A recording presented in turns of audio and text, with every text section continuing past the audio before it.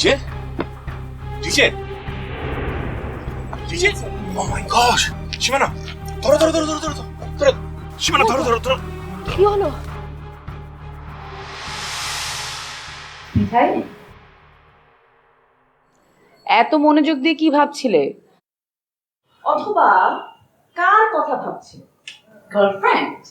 আরে না, বস ট্রেনে বস।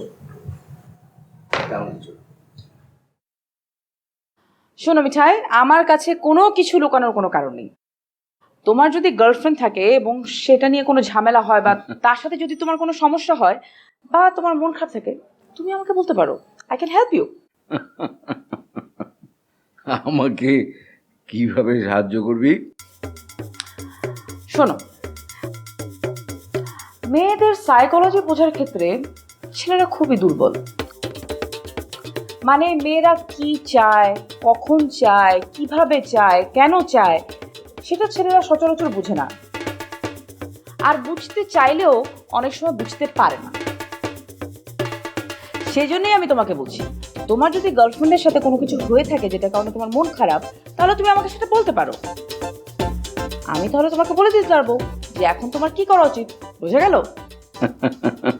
তার মানে আমাকে গভীর মনোযোগে কিছু ভাবতে দেখে ওখানে দাঁড়িয়ে তুই ভাবছিলি যে আমি আমার গার্লফ্রেন্ড নিয়ে কোনো কিছু ভাবছি, তাই তো?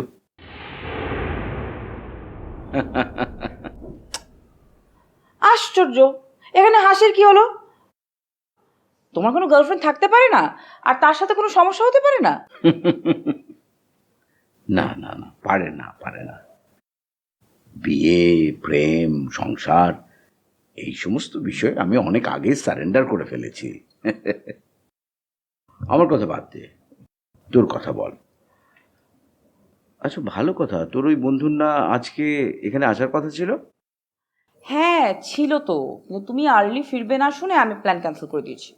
ও সরি মা, আসলে অফিসে এক একটা এমন ঝামেলার মধ্যে নিজেকে জড়িয়ে ফেলেছি যে, এনিওয়ে তুই এক কাজ কর, ওকে আগামীকাল আসতে বল।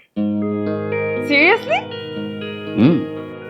ওকে গ্রেট, তাহলে আমি যাই, এক্ষুনি ওকে ফোন করে বলি কালকে কোনোভাবেই মিস করা যাবে না। হ্যাঁ ঠিক আছে, ঠিক আছে।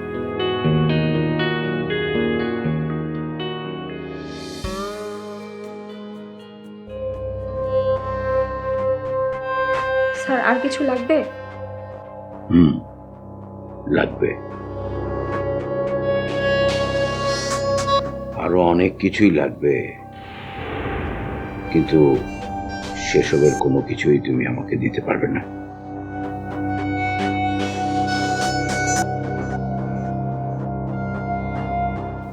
মূর্তির মতো তাই এখানে দাঁড়িয়ে না থেকে